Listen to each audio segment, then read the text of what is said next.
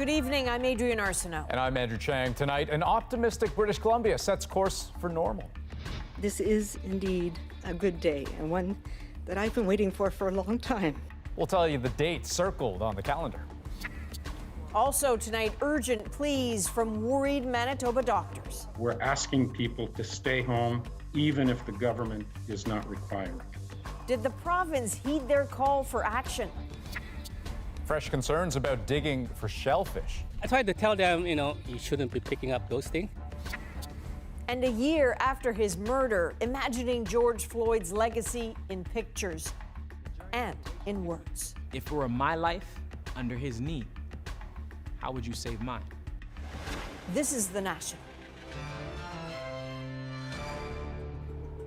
British Columbia officials gave people in that province a new reason for hope today, and with it, yet another province's picture of what all Canadians could imagine for themselves. Yeah, BC lifted some of its toughest restrictions and laid out its phased plan towards a full reopen.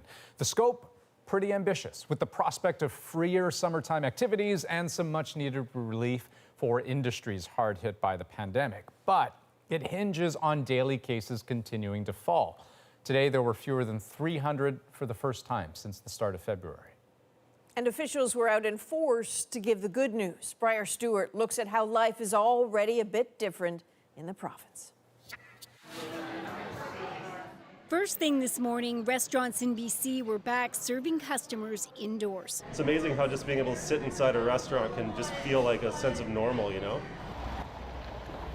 The province unveiled its gradual reopening plan this afternoon, which hinges on case counts continuing to drop and vaccination rates going up. This is indeed a good day, and one that I've been waiting for a long time, as I'm sure many people in British Columbia have too. By June 15th, organized indoor gatherings can increase to 50 people and province-wide travel will be allowed. By July 1st, if 70% of people have their first dose, then casinos and nightclubs can reopen with limited capacity, and there can be some spectators for indoor sports. By September 7th, the province hopes all workplaces are fully reopened. Venues will be able to hold large indoor concerts, and wearing a mask will no longer be mandatory. BC hopes for a return to Canada-wide travel by July. Some good news for Robert Sung. I'm just hankering to get going. He runs tours in Chinatown and Granville Island and has been relying on staycation tourists during COVID, but he's still being very cautious. I'm starting to get reservations now, bookings, and I respond to the bookings subject to COVID protocols. Because I have to be factual, I have to be genuine and real to the potential people that are coming in to do the tours. There's still no certainty around when international travelers can return, but clearer timelines are welcome for those hardest hit by the restrictions. This is the largest of our 3 venues. Vancouver's Arts Club Theatre had to cancel 24 shows during the pandemic and hoped to be able to once again stage large productions late this fall. The larger shows definitely need to have a larger capacity of an audience, and that's what we're hopeful that we can get back to. Briar Stewart joins us now from Vancouver. So Briar, given that all of this depends on the case counts continuing to drop, but the vaccination numbers going up, how realistic is this plan? Well, Adrian, BC's plan from early July on is based on at least 70% of the population being vaccinated, but officials are hopeful that the rate is much higher. And they also believe that they'll be able to give people their second doses much earlier than that 4-month window. Even though virtually all restrictions will be lifted by the fall, officials do say they do realize that some people may be anxious and not ready to put away the masks just yet. Understandable. Briar Stewart in Vancouver. Thank you, Briar. Welcome. Well, Quebec is also moving forward with its gradual reopening plan. I'd like to congratulate our teams as well as all Quebecers for their solidarity. I'm really proud of Quebecers. The government is removing some restrictions on Friday, including the 9:30 p.m. curfew and patio dining. Next week, most of the province will see other measures loosened as well, though some areas like Montreal and Laval will remain under maximum alert level for another couple of weeks. Manitoba is in a much different position tonight. It is still very much just trying to get through its third wave. And as Cameron McIntosh tells us, with ICUs packed with COVID patients, doctors stepped out today with a forceful call to the government. With Manitoba filling ICU beds faster than capacity can be expanded, it's not just that people are being sent out of province for critical care. Those staying in Manitoba are drawing care away from others, says cardiac anesthesiologist Dr. Eric Jacobson. 6 patients have already died on the cardiac surgery waitlist.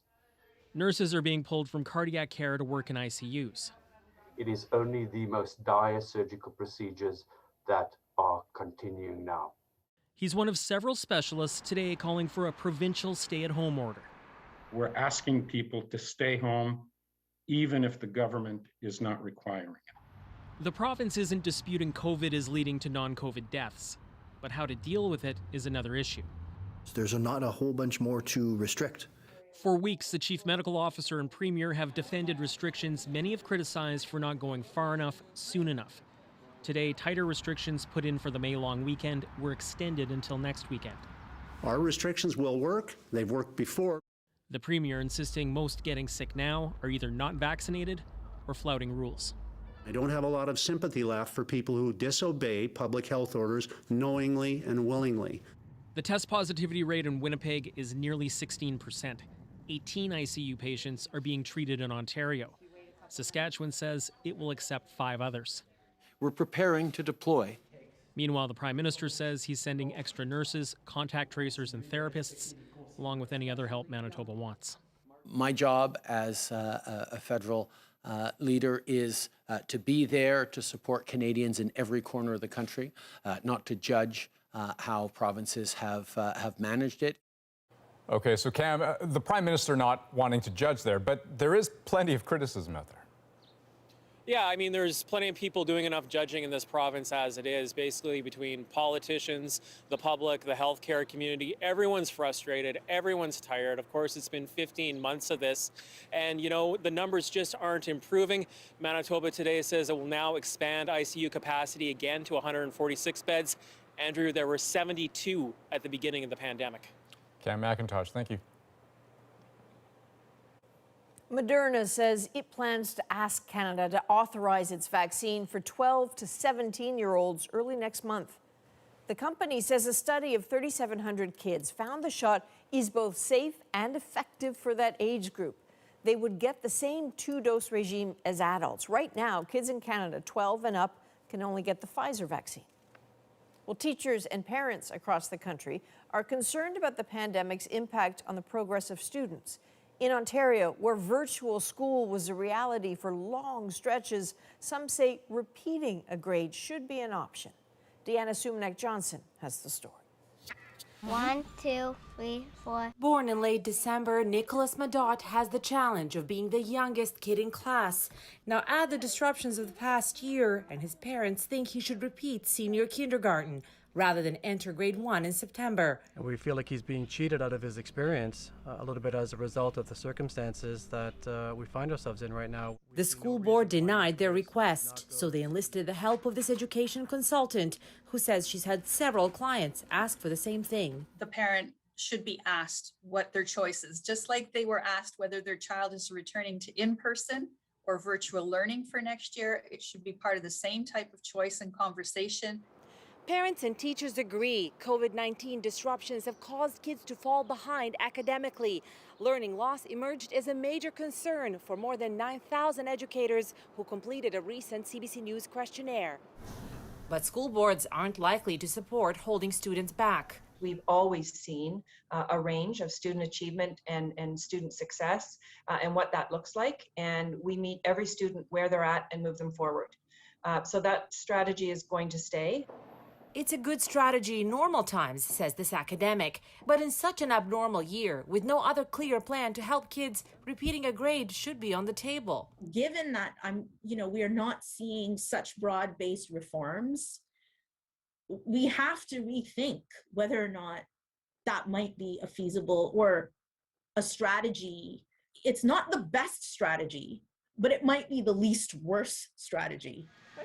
It's a strategy the Madot family is actively pursuing. They have launched a complaint to the provincial ombudsman as some families face a steep learning curve in trying to help their kids catch up. Deanna Sumanak-Johnson, CBC News, Toronto. A Canadian reservist is facing a rare mutiny-related charge for allegedly urging members of the armed forces not to help distribute COVID vaccines. Officer Cadet Ladislas Kenderesi is accused of giving a December speech at an anti-lockdown rally. A recording shows a man in full uniform speaking out against what he calls killer vaccines. The Defense Department says Kenderesi was relieved of his duties as a reserve cadet instructor in December and charged by military police on May 12th.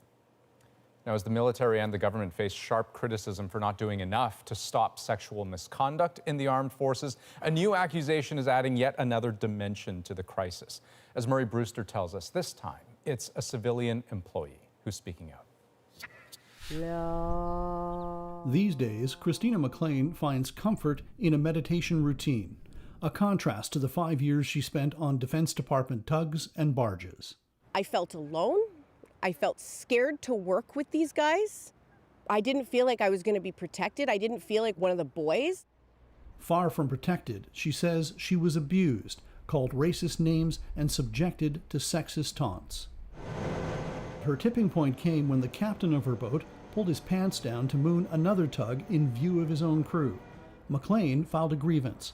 Her harassment complaints, supported by another co-worker, spawned 2 military police investigations and an independent review, all of which discounted most of her claims, and then went on to discredit her. I was expecting that retribution within the unit. I wasn't expecting that when it got to the senior executive arm of the military, when the higher levels stepped in, that they wouldn't support me. Maclean was temporarily suspended because of the review. Her union says this is why people are afraid to come forward. When I read the investigation report, I was disgusted. It's heartbreaking. What happened to Krystina should never happen to any of our members. Shouldn't happen to anybody. The Defense Department stood by its actions, saying it treated these allegations very seriously. The behavior in an unrelated interview on CBC Radio's The Current, it signaled that downplaying misconduct will no longer be acceptable. I think we have to stop hiding behind words like harmful and inappropriate sexual behavior. It's inappropriate behavior, period. Tonight, DND did not say whether it will take another look at this case. And for privacy reasons, it declined to say whether anyone other than Maclean had been disciplined. Murray Brewster, CBC News, Ottawa. Canada is condemning the arrest of a journalist from Belarus after its government used a fake bomb threat to force his flight to land inside Belarus. Rafi Boudjikanian has the developments, starting with today's response from the Prime Minister. The behavior of the Belarus regime is outrageous, illegal, and completely unacceptable. Along with the Prime Minister's condemnation today came a hint that action might follow. Canada has existing sanctions in place against Belarus and will be examining further options. Roman Protasevich was arrested Sunday. He later appeared in this video. In it, he said he had confessed to organizing mass protests. He also said he was fine, though something jumped out for this exiled opposition leader. We see the bruises on his face behind the makeup, and we know that he was beaten. Many countries condemned Belarus President Alexander Lukashenko after last year's election. It returned him to power for his 6th consecutive term. Canada said the vote was marred by irregularities and systemic repression. What has happened with this flight is because of impunity of Lukashenko, because we are fighting for nine months already. There's a question of moral credibility on the line here. This political observer says it's time for the international community to act. We've seen this action take place on Sunday precisely because all their misdeeds have not been adequately punished to date. There is a whole range of measures that are being put in place in response to this incident. The first one is the flight ban. And tonight, Transport Canada issued a notice to airmen telling Canadian air operators to avoid flying through Belarusian airspace. Also today, Belarus announced it is closing its embassy in Ottawa, offering no further details. Rafi Bujikanian, CBC News, Ottawa. Well, the U.S. Secretary of State is trying to build on a shaky ceasefire in the Middle East, announcing the U.S. is reopening its consulate in Jerusalem to coordinate with the Palestinians and help rebuild Gaza. But Stephen D'Souza shows us a major obstacle to that plan, the reality right now on the ground. As a tense ceasefire holds, its fragility echoed this morning in the streets of the occupied West Bank.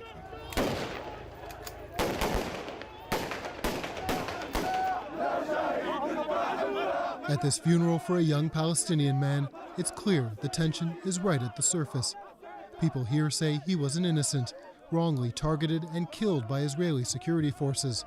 An Israeli security official tells CBC News the man was known to support terrorism. I don't want peace where Israeli forces can just come here and arrest and shoot people, this man says. Prime Minister. That anger underscores the challenge facing U.S. Secretary of State Antony Blinken. To Israeli Prime Minister Benjamin Netanyahu, he promised help replenishing Israel's Iron Dome missile defense system. With Palestinian Authority President Mahmoud Abbas, he announced the reopening of a consulate in Jerusalem to help Palestinians and offered millions of dollars in aid for rebuilding Gaza. Our goal is to give the Palestinian people, including those in Gaza, a renewed sense of confidence. But for many in the West Bank, there's a question of who really speaks for the Palestinians. Abbas's Palestinian Authority was not involved in the 11 days of fighting. We don't have terrorists at all in here. This man says Hamas's defiance in launching indiscriminate rocket fire into Israel from Gaza has increased their popularity in the occupied West Bank, the area currently controlled by Abbas and his Fatah party. So now we are looking for a new leadership. So I think the American leadership is meeting with the wrong people on both sides. But finding the right people on both sides who want peace and coexistence is, like so many things here, a problem with no easy answers. Stephen D'Souza, CBC News, Jerusalem. 1 year since he was murdered by a Minneapolis police officer, it's been a day of tributes to George Floyd.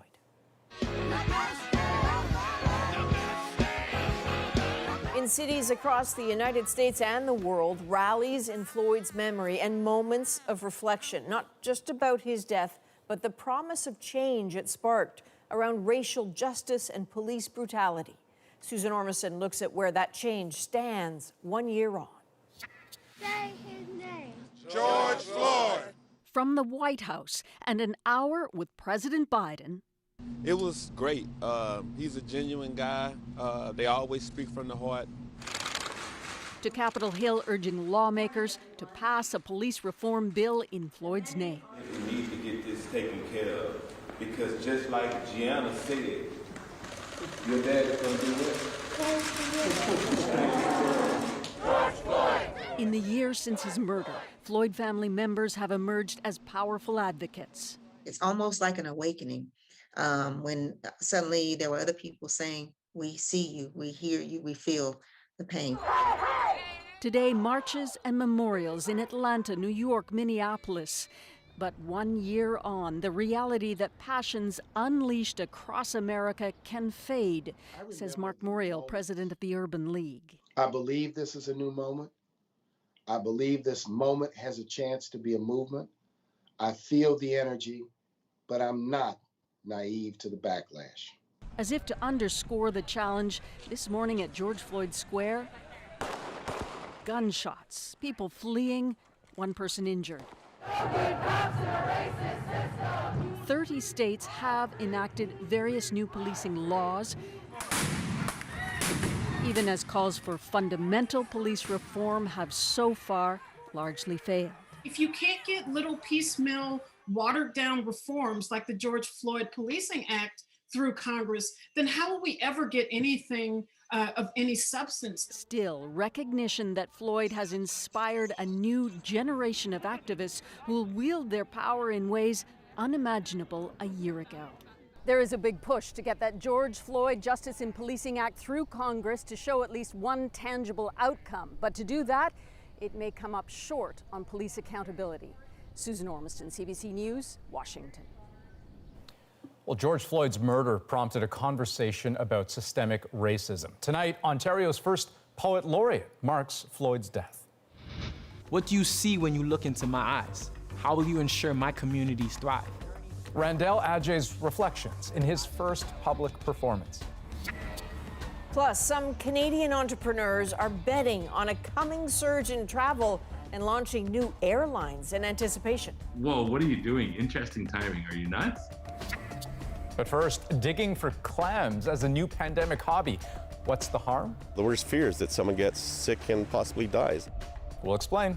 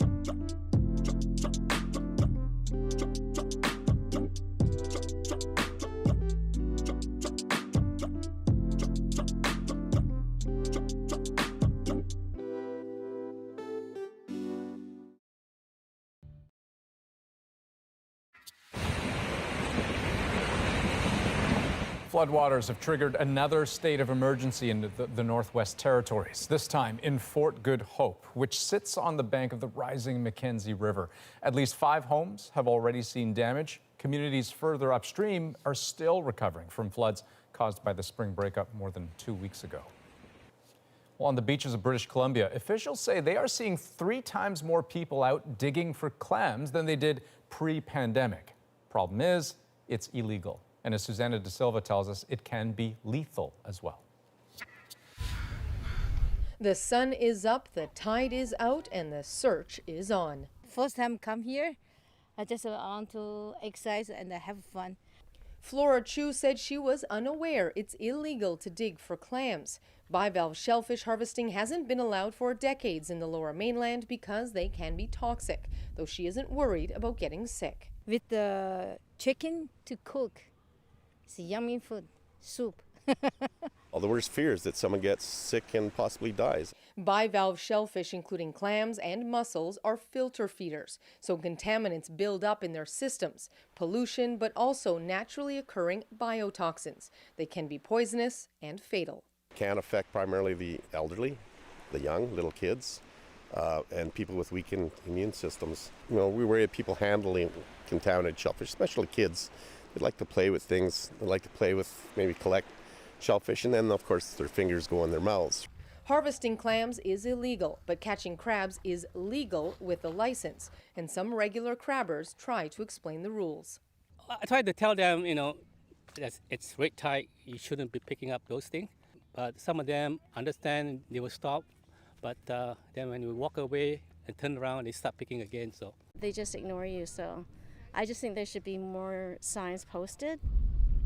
And in different languages, they say, but officers say they find harvesters of many ethnicities, and translated pamphlets are available, as well as outreach on social media and ethnic newspapers. And I'll go up to butter clams. The BC Centre for Disease Control is launching a new information website this week. It tracks cases and says 3 people got sick last month, but that most people don't report it, and many think cooking the clams make them safe. While cooking will prevent you from getting bacterial illnesses, it's not going to at all do anything with the toxins. And in fact, sometimes the toxins get more potent after cooking.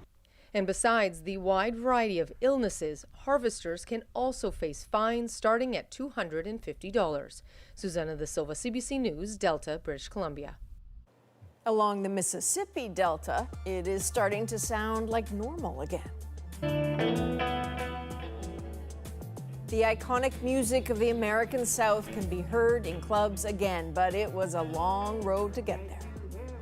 Mural art has been a form of activism for decades. But first, painting a message. Artists around the world are using George Floyd's image to fight for change. Stay with us.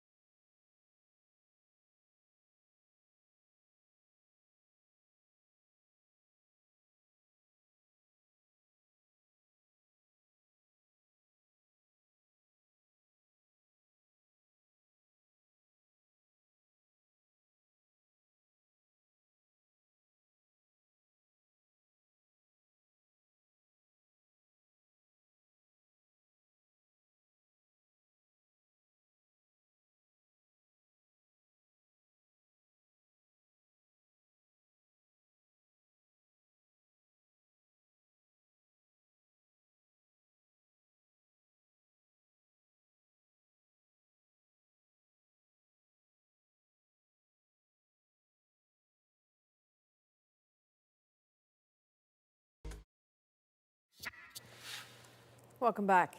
In so many ways, images have told the story of George Floyd's murder, beginning, of course, with his death, caught on camera 1 year ago today.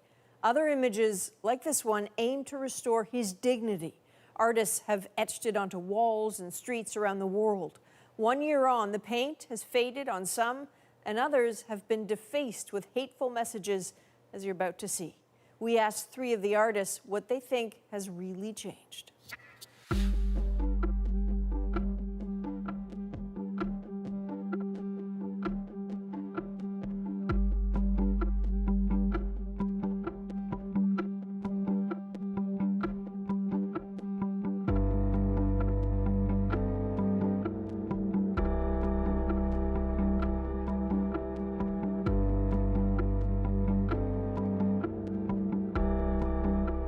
The mural has been defaced 3 times, but it also has a life of its own. My name is Daniel Angulo. I live in Houston, Texas, and I'm a muralist. I've considered painting over it, actually, just because I feel like it's a lot of work for me to go out there and clean it all the time. But at the same time, people care about it now. So just as much as it has been defaced, it also has been visited by several people. We have candles and flowers, I guess, as gifts for the community. We're gonna stand together. We're gonna uplift the good, push down the negative stuff. We've had the chief of police to come out and actually stand in front of it and told the community and the city that this was not going to happen on his watch. So I think that's something that I have never experienced before, just to see the level of people with some leadership or power in the city that they want to protect our work. We've experienced in Houston that there's been several cases that people have come out and used public space to express their concerns with different issues. I think if that continues, we'll have more to not let us forget what's going on around us. Murals have become part of that effort to not let us forget what we stand for. My pieces are not political, but for that particular one we had to. There's a saying that Nina Simone wrote that it's an artist's duty to reflect the times. My name is Mr. Detail 7. I'm a graffiti artist based in Nairobi, Kenya. We wanted to talk about what was happening concerning the racial discrimination that was happening. That picture specifically, it was a good picture to show that it was taken maybe, I think, in a good time in his life. It's kind of smiling, so I thought it was the best photo to use at that time. It's haki. It's a Swahili word for justice. On the other side, we also did another mural of a police stepping over a citizen. So it's like a worldwide thing. There's a police brutality, I think, in a lot of countries in the world. So we try to put that message in that whole mural.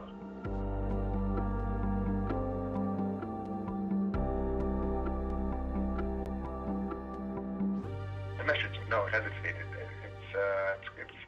It looks a bit old, but it's still there. What I want is for my son to have a more colorful place and a more colorful world. My name is Jackie Comrie. I am a mural artist, and I'm an artist who is truly obsessed with color. About a month before the George Floyd killing happened, I found out that I was pregnant, and everything hit differently for me. Everything affected me completely different. I started thinking, what if this were my child? How can I keep my child safe? So I felt that I needed to be present in that mural project and for my son, and I needed to contribute and be there, be a part of the movement and be a part of the process and the activism.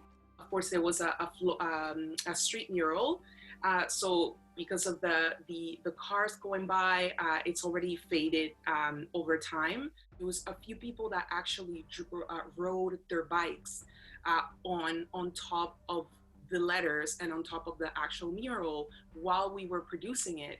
So of course it speaks volumes of the resistance and the lack of respect for the message. But the fact that we were there and it was the community and the people that were engaged in that message was what was important.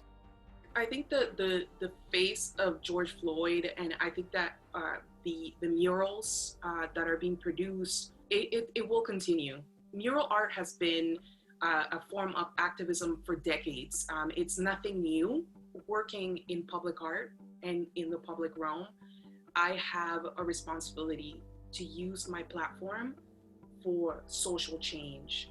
I feel that I don't take that that responsibility, I don't take it for granted. Murals have been produced around the world to talk about politics, to talk about social issues as a way of dialogue. So I think it will continue. And of course, artists aren't only using paint. Some are using poetry to call for change. It's been centuries of trauma and racial tension, but Black death should not be a catalyst for societal introspection. A little later in the program, Ontario's first poet laureate marks George Floyd's death with a poem never before performed until now. Stay with us.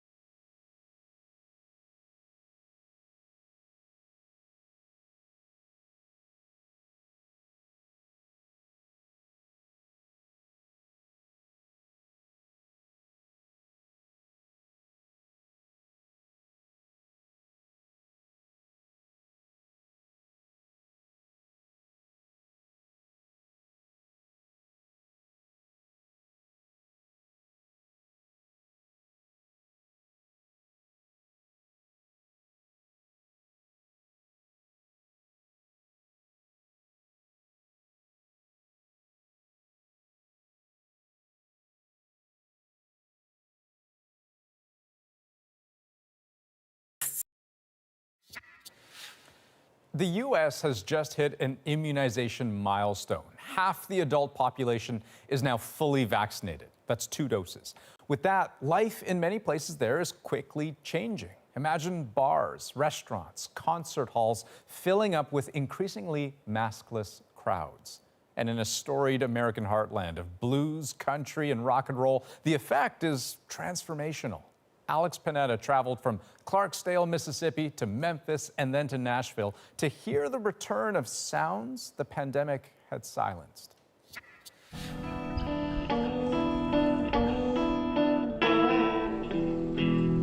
One small sliver of the American South has supplied the world with an endless harvest of music.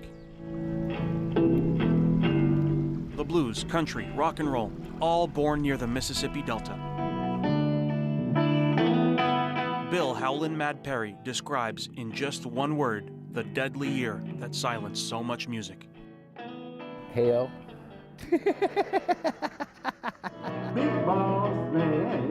Now the Fertile Crescent of American song is sprouting back to life.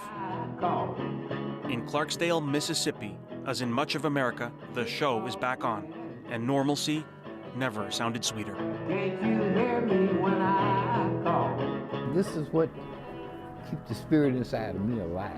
You know, without that audience, I'm lost, man. You get used to something, and it's snatched away from you.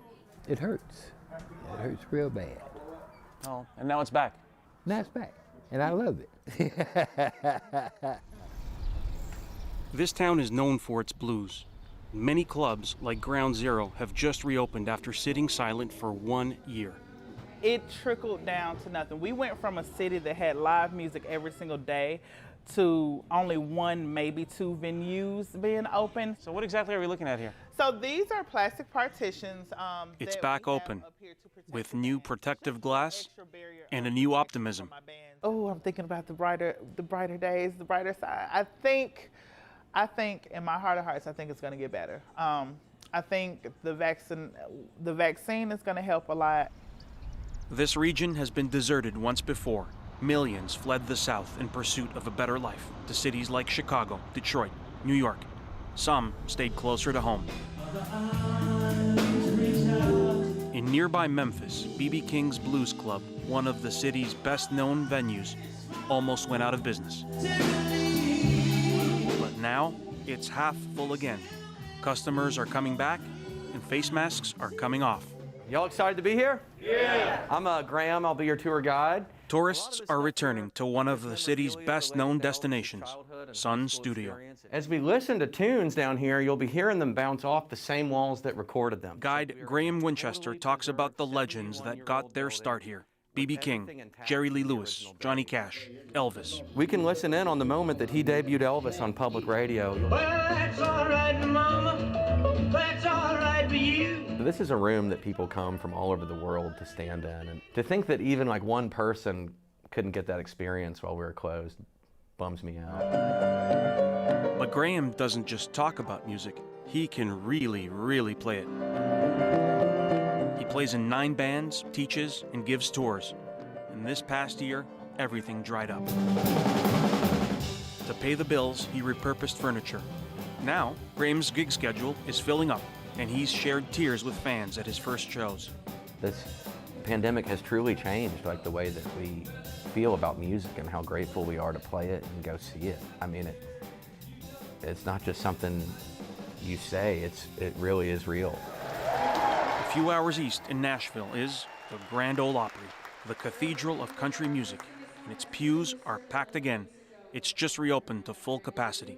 Its mask requirement, gone. I was traveling along, playing anywhere I could. Bluegrass star Rhonda Vincent is back playing for crowds. The pandemic kept the Grammy winner from touring for the first time in decades. My husband and I have been married now 37 years. So we had never been together that long, consistently, continuously in our 37 years because I had always been traveling. So I think at first it was like, this is fun. And then, I think everyone was, after a while, it's like, well, don't you need to do something? Don't you need to go somewhere? Tonight, she's performing a parody song about being locked down at home. I ain't been nowhere, man. I ain't been nowhere, man. Been sitting in my chair, man. Growing out my hair, man. Sleeping I've done my share, man. I ain't been nowhere. In downtown Nashville, the bars are hopping again. Sidewalks are jammed. And masks? Here? Forget it. Those are long gone. Never mind that this pandemic is not actually over, or that this region is among the least vaccinated in the country. Fewer people here have gotten a first shot than in Canada. I'm back. I'm ready to do what I love to do. Howlin' Mad got his shots, and he's ready, like all the artists we spoke to get back out on the road. I ain't gonna stop. So when I stop, they'll be pushing me in that oven, to light up the fire and everything. It'll be over with then. Until that time, I'm gonna be out here booking, juking, and having fun, okay? Could COVID strike again? This pandemic has been a bit like a blues shuffle. The chords keep repeating, up and down, again and again. But this country is more hopeful that maybe this one uplifting high note might carry forever.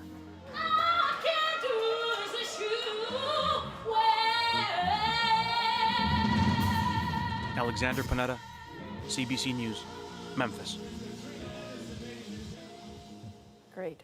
Memphis and Nashville may be just some of the destinations you're hoping to hit when travel restrictions finally ease. Entrepreneurs are banking on it. There's going to be an explosion, a resurgence of travel by individuals once the pandemic is over. Indeed, new airlines are starting up, hoping to catch the rush of travelers. Will that gamble pay off? But first, something spectacular is about to happen way above the clouds. If the clouds stay away tonight, Western Canada is in for a cosmic show. The super flower blood moon will coincide with the first lunar eclipse in more than 2 years.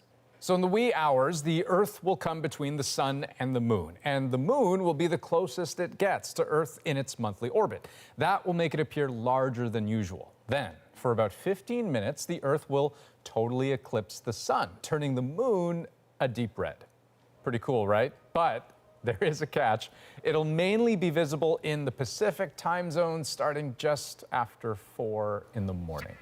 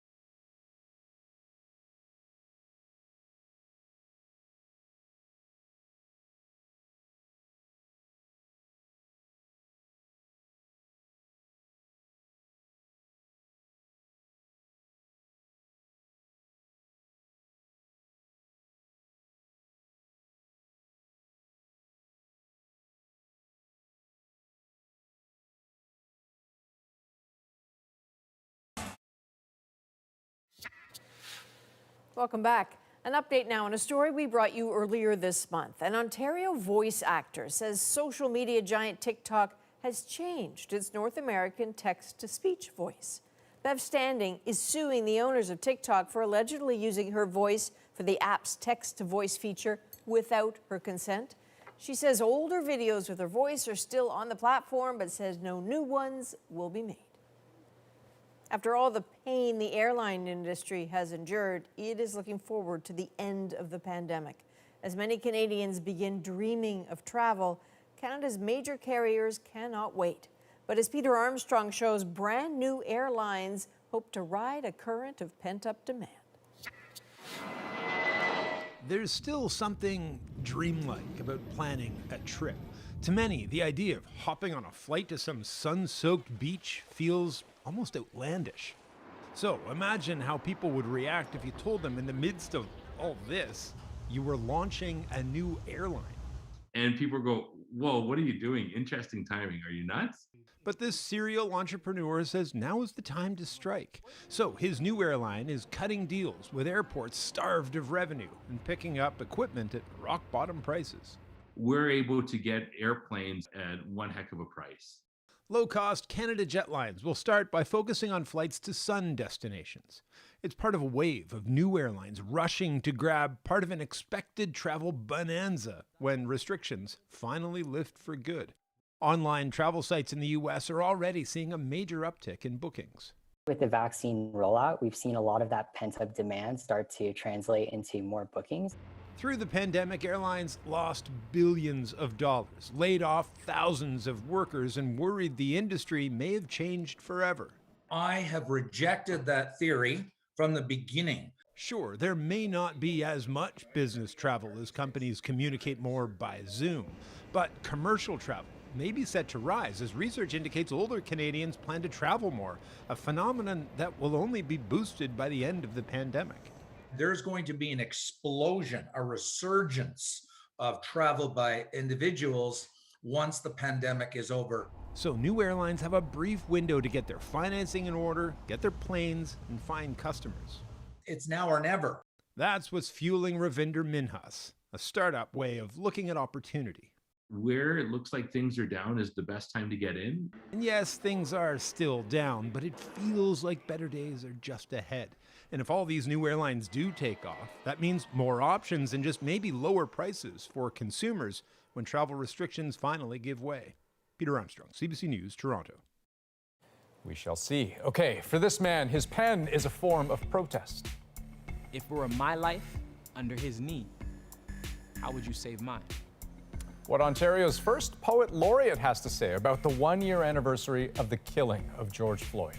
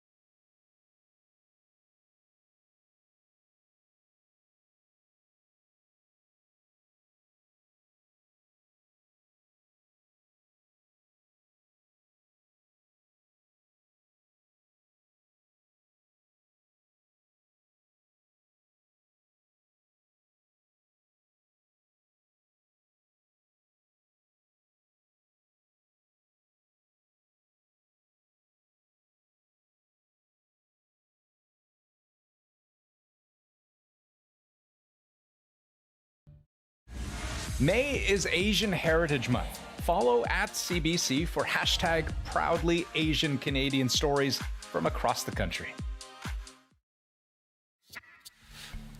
Meet Randell Ajay, author, community leader, proponent of spoken word as a catalyst for transformation, and he's also Ontario's first poet laureate. In his first public poem, created exclusively for The National, Ajay marks the one-year anniversary of the killing of George Floyd. And we're going to step away now so that his words can be our moment for this May 25th. Good night. Good night.